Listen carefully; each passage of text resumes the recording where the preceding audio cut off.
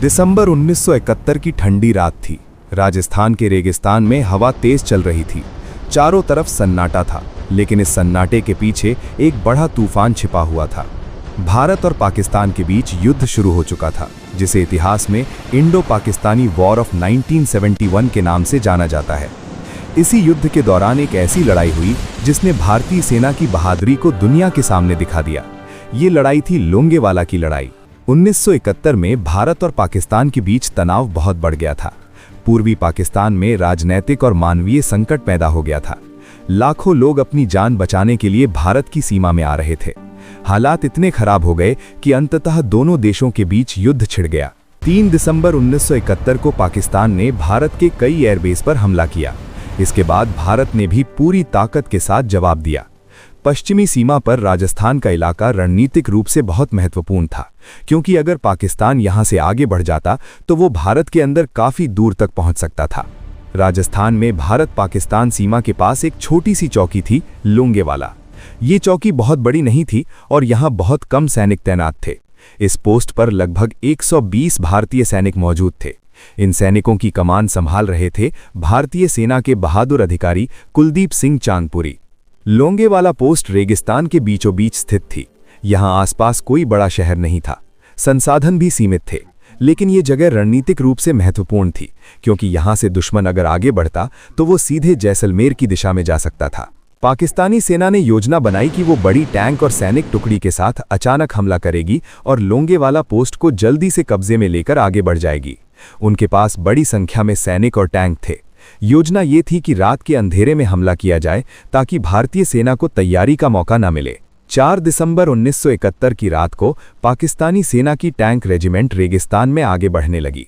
भारी टैंक और सैनिक लोंगेवाला की ओर बढ़ रहे थे। उनकी संख्या भारतीय सैनिकों से कई गुना ज्यादा थी। जब भारतीय सैनिकों को दुश्मन की हलचल का पता चला तो स्थिति गंभीर थी।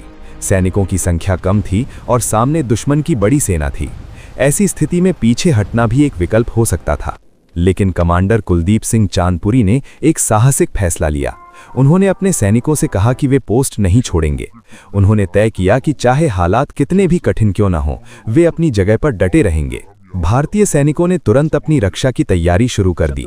मशीन गन, राइफल और उपलब्ध हथियारों को तैयार किया गया। रेगिस्तान की ठंडी रात में सैनिक पूरी सतर्कता के साथ दुश्मन का इंतजार कर रहे थे। कुछ समय बाद दूर से टैंकों की आवाज सुनाई देने लगी। धीरे धीरे दुश्मन के टैंक लोंगेवाला पोस्ट के पास पहुंचने लगे। रात के अंधेरे में गोलियों की आवाज गूंजने लगी। भारतीय सैनिकों ने दुश्मन पर जोरदार जवाबी हमला किया। मशीन गनों से लगातार फायरिंग की जा रही थी। रेगिस्तान की रेत गोलियों और धमाकों से कांप रही थी।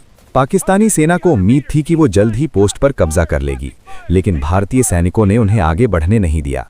कई जगह टैंक रेत में फंस गए, जिससे उनकी गति धीमी हो गई। पूरी रात दोनों तरफ से लड़ाई चलती रही। भारतीय सैनिकों की संख्या कम होने के बावजूद उनका मनोबल बहुत ऊंचा था। सुबह होने लगी।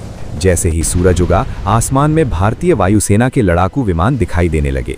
ये भारतीय सैनिकों के लिए बड़ी राहत की खबर थी। इंडियन एयरफोर्स के हंटर जेट विमानों ने दुश्मन के टैंकों पर हमला शुरू कर दिया। रेगिस्तान के खुले इलाके में टैंक आसानी से दिखाई दे रहे थे, जिससे वायुसेना को निशाना साधने में मदद मिली। कुछ ही घंटों में कई पाकिस्तानी टैंक नष्ट हो गए। रेगिस्तान में धुएं और आग के गुबार उठने लगे। लगातार हवाई हमलों के कारण पाकिस्तानी सेना की स्थिति कमजोर होने लगी। जब नुकसान बढ़ने लगा तो पाकिस्तानी सेना को पीछे हटने के लिए मजबूर होना पड़ा। उनकी योजना विफल हो गई थी। लोंगेवाला पोस्ट भारतीय सेना के नियंत्रण में ही रही। ये लड़ाई भारतीय सेना की एक बड़ी जीत के रूप में सामने आई। कम संख्या में सैनिकों ने बड़ी सेना और टैंकों का सामना करके उन्हें रोक दिया था। लोंगेवाला की लड़ाई भारतीय सैन्य इतिहास की सबसे प्रसिद्ध लड़ाइयों में से एक मानी जाती है।